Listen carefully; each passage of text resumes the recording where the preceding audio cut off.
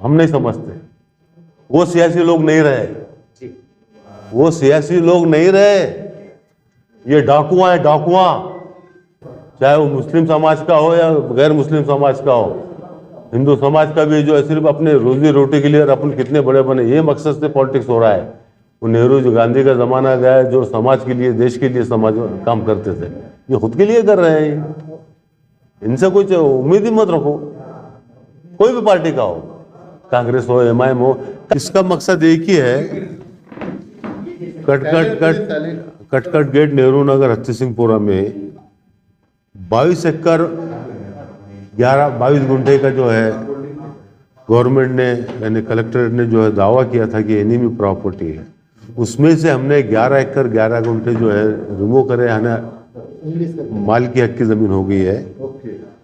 और जो हमारे पीआर कार्ड जो रिमूव कर दिए गए थे त्रिमूर्ति हाउसिंग सोसाइटी के, उसके लिए हम दिल्ली गए, बॉम्बे गए, वहाँ से हमने जो है ऑर्डर लाए हैं एनिमी प्रॉपर्टी के से डिपार्टमेंट से, उन्होंने हमको ज़मीन बहाल की है।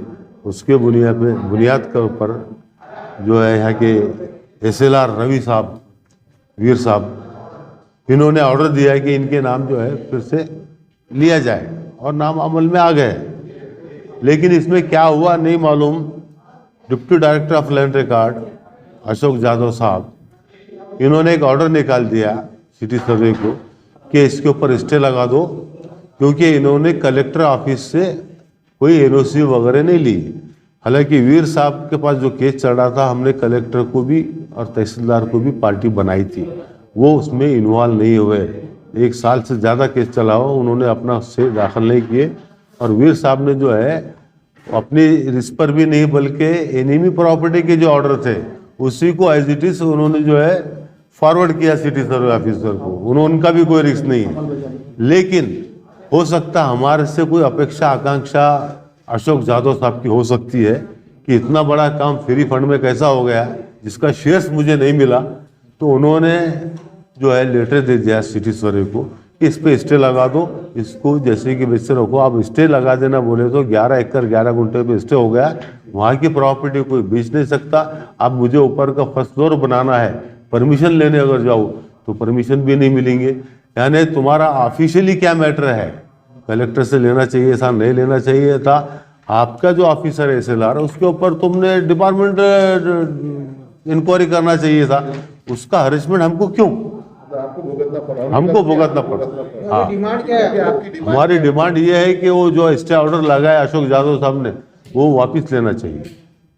छोटा सा काम है, कोई प्रोफेसर नहीं हो, कोई प्रोसेस के हिसाब से उन्होंने वो किया नहीं, तो आप उसको क्या क्यों प्रोसेस होना, उठाए लेटर दे दिए।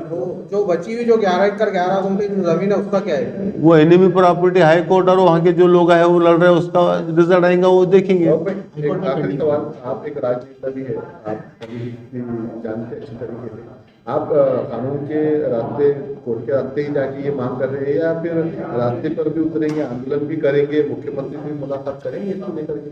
नहीं, हम तो रास्ते पे भी उतरेंगे और मुख्यमंत्री को कोई मिलने का सवाल नहीं आता।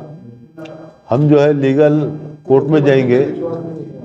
नहीं ना, कोई विश्वास नहीं है। क्या वजह है?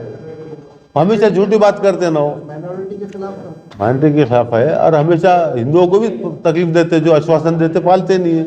आज शेतकरियों का क्या हाल है, शेतकरी आज खुदकुशी क्यों कर रहे हैं? कर्जे माफ कर देंगे, तुम्हारे जो अतिवृष्टि का जो नुकसान भरपाई वो दे देंगे, कहाँ किसको दे रहे किसको नहीं दे रहे, सभी परेशान है। एक तो है कोर्ट से थोड़ी उम्मीद है, बाकी रास्ते पर आना है। ये पूछ रहा हूँ सवाल, क्योंकि मोदी सरकार ने कहा है कि हम जो है तो हर बेघर को घर दें, और आपका जो मतलब है वो घर का, वो तो घर तुड़ा रहे हैं। करने में फर्क है। वो सिर्फ बोलते हैं, करते कुछ भी नहीं। यार जो बोलते हैं उसका उल्टा करते हो। खास बात ये है, आप सर्वे करो, उनकी जितने भी फायदेमंद की जो घोषणा है उन्होंने उसको नुकसान के अंदर तब्दील किया है, तो उनके ऊपर भरोसा नहीं हमारा। आप अकेले लड़ाई लड़ने वाले? हाँ, मैं और मेरे साथी है नहीं यार, जितने भी लोग। नहीं, हम नहीं लेते, हमने आज तक की किसी राजनेता को इन्वॉल्व नहीं किया। क्योंकि इम्तियाज जलील आए थे जब ये हो रहा था। अरे नहीं, इनसे तो कोई उम्मीद ही मत रखो ना। Imtiaz Jaleel is fake person for the Muslim community. Not useful. तो अच्छा सपोर्ट जब पार्लियामेंट में हो, पार्लियामेंट में उन्होंने जो है, इम्तियाज जलील साहब ने पार्लियामेंट में यहाँ पर एक देखो प्रशंसा डूब गई थी, क्या महिला आदर्श महिला, उसके लिए उन्होंने बात की है पार्लियामेंट में, मैंने सुना है।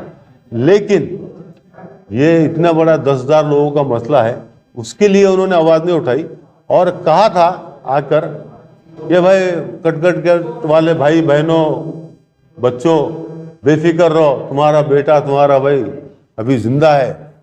लेकिन इतना स्टेटमेंट है कि कुछ भी नहीं करे उन्होंने, हम नहीं करे वो। फिर भी नए हालात में मुकामी सियासी लीडर से एक मदद के वास्ते, एक मशवरे वास्ते कुछ बातचीत करेंगे, क्या सियासी लीडर का बड़ा असर रसूख रहता है? नहीं, हम नहीं समझते, वो सियासी लोग नहीं रहे जी, वो सियासी लोग नहीं रहे, ये डाकुआ है, डाकुआ। ये सिर्फ मफाद तरस के लिए काम कर रहे हैं, चाहे वो मुस्लिम समाज का हो या गैर मुस्लिम समाज का हो।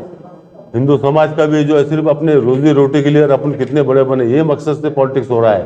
वो नेहरू जो गांधी का जमाना गया है, जो समाज के लिए देश के लिए समाज काम करते थे, ये खुद के लिए कर रहे हैं। इनसे कुछ उम्मीद ही मत रखो, कोई भी पार्टी का हो, कांग्रेस हो एमआईएम हो। कांग्रेस वाले भी आए थे, मैं ऐसा कर दूंगा, मैं ये कर दूंगा, और बोल के बताते कुछ करते नहीं।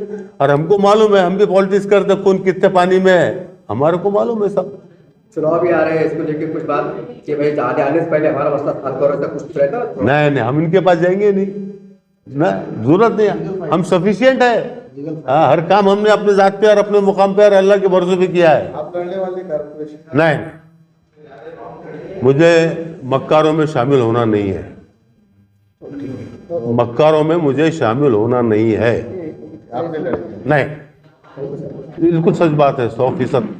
इनके पुराने रिकॉर्ड निकालो, आज मौजूदा क्या कर रहे हैं निकालो।